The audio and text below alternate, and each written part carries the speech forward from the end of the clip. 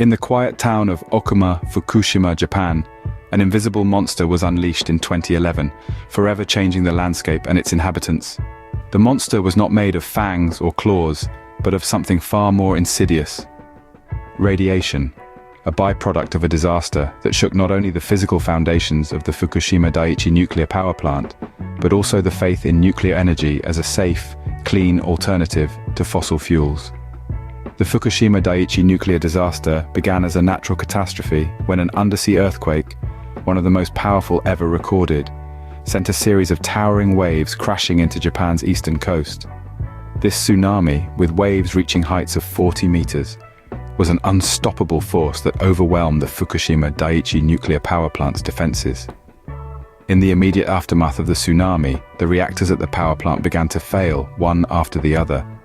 With power outages and cooling systems failure, the stage was set for a nuclear meltdown, an event that would release an invisible, yet deadly monster into the environment. As the reality of the situation became clear, the authorities were forced to make an unthinkable decision. An evacuation order was issued, forcing tens of thousands of residents to flee their homes, leaving behind their belongings, their lives, and their town. The once bustling streets of Ōkuma were suddenly empty, the silence echoing the magnitude of the catastrophe that had just occurred. In the days and weeks that followed, the true scale of the disaster began to unfold. The Fukushima Daiichi nuclear disaster was not just a local incident, but a global event that sent shockwaves through the international community. In the blink of an eye, a peaceful community was turned into a ghost town, its future uncertain. The road to this disaster was paved with good intentions, a quest for cleaner energy, and a disregard for the unpredictable forces of nature. Japan, an island nation with scarce natural resources, turned to nuclear energy as a means to power its bustling cities and industries. It was a promising solution, offering vast amounts of power with minimal carbon emissions. The Fukushima Daiichi plant, with its 6 nuclear reactors, was a testament to this ambitious endeavor. However, the pursuit of nuclear energy was not without its pitfalls. The plant's location along the coastline put it at high risk for natural disasters, particularly earthquakes and tsunamis. Despite this, safety measures were deemed sufficient, with protective seawalls and backup generators in place. But the reality was a different story. On that fateful day in March 2011, a magnitude 9 earthquake struck off the coast of Japan. The tremor was one of the strongest in recorded history, triggering a devastating tsunami. The towering waves overwhelmed the seawall, flooding the plant and knocking out the backup generators. This catastrophic combination led to a failure in the cooling systems, causing a series of meltdowns and explosions. It was a disaster that could have been prevented if the risks associated with the plant's location had been fully acknowledged and addressed. Precautions against earthquakes were in place, yes, but they underestimated the sheer force that nature could unleash. The seawall, designed to withstand tsunamis, fell short when faced with the monstrous waves that day. Despite the best plans and precautions, nature had other ideas, and the world watched in horror as the unimaginable unfolded. The disaster left behind an unseen enemy, one that would infiltrate every corner of the environment and pose a threat for generations to come. In the wake of the Fukushima Daiichi nuclear catastrophe, the once pristine landscape was tainted with a slew of environmental contaminants. Among the most notorious of these was radioactive cesium, a byproduct of nuclear fission, which was scattered across the region. This invisible adversary has a half-life of over 30 years, meaning its harmful effects will linger for decades. Alongside cesium, strontium was another radioactive element that made its presence known. Mimicking calcium, it has a tendency to accumulate in the bones of those exposed, leading to a range of health complications. Not only did these contaminants pose a threat to the local human population, but they also infiltrated the food chain, impacting agriculture and fishing industries that once thrived in the region. Yet, humans were not the only victims of this invisible enemy. The region's wildlife was greatly affected as well. One creature that bore the brunt of this radioactive onslaught was the Japanese monkey. Studies have shown a significant decrease in the white and red blood cell counts in these monkeys, indicating potential radiation damage. Similarly, the local butterfly population exhibited physical abnormalities, suggesting the radioactive contaminants had infiltrated even the smallest corners of the ecosystem. Birds, too, were not spared. A noticeable decline in the bird population was observed in the years following the disaster, particularly in species such as the barn swallow and the Japanese bush warbler. These creatures, once abundant, became the silent victims of the invisible enemy that permeated their habitats. While the immediate disaster was over, the long-term effects had just begun to make themselves known. This invisible enemy, the environmental pollutants left by the Fukushima disaster, continues to challenge the resilience of both human and wildlife populations, a grim reminder of the lasting impact of nuclear catastrophes. In the aftermath of the disaster, Japan faced a monumental task to reclaim its land, its environment, and its future from the invisible enemy.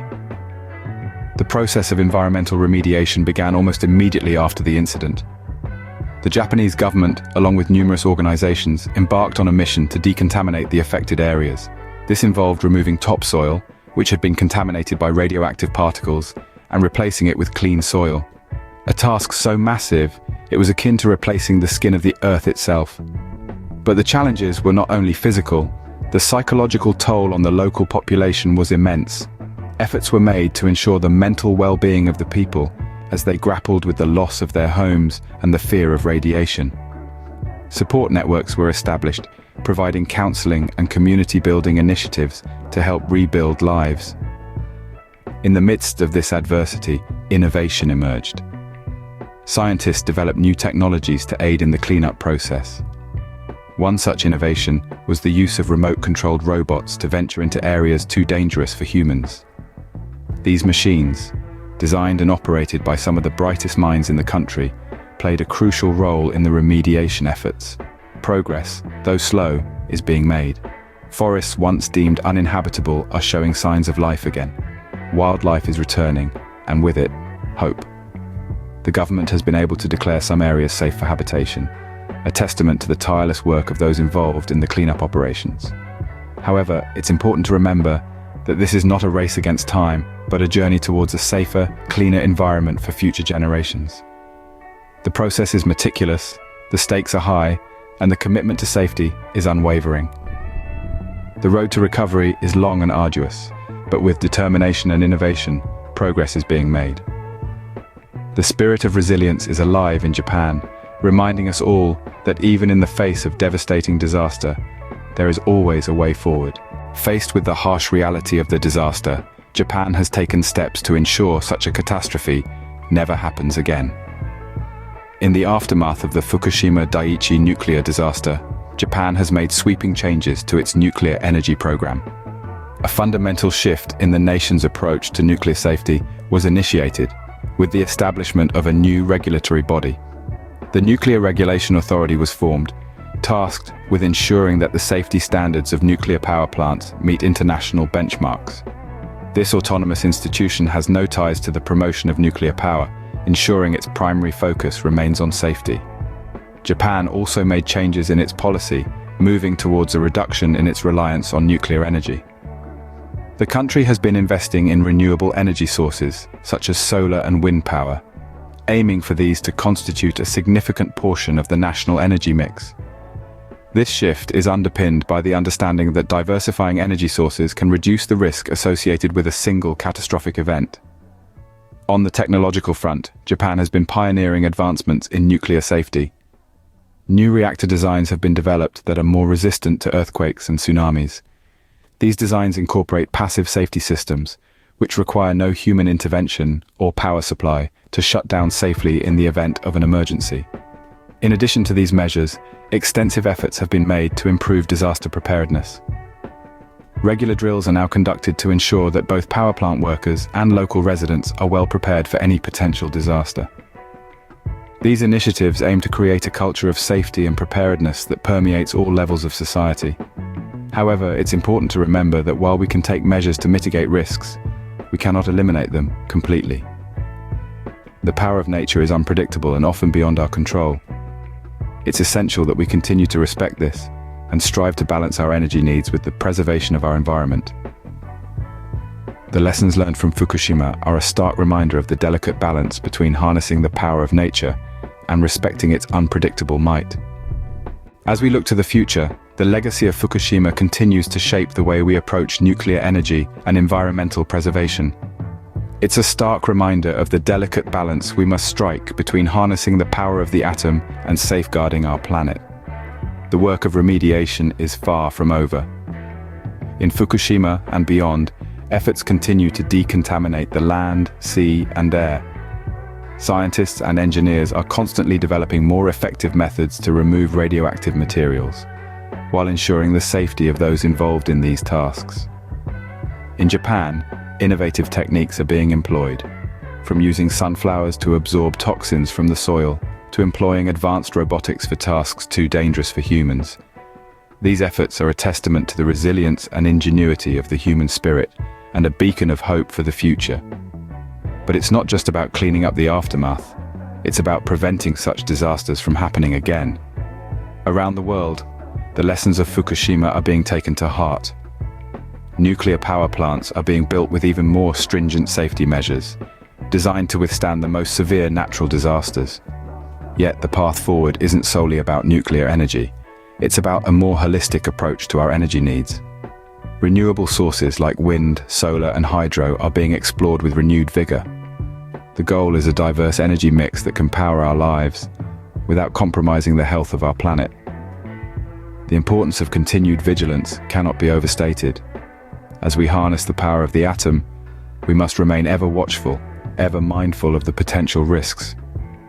We must innovate, not just in our technology, but in our mindset.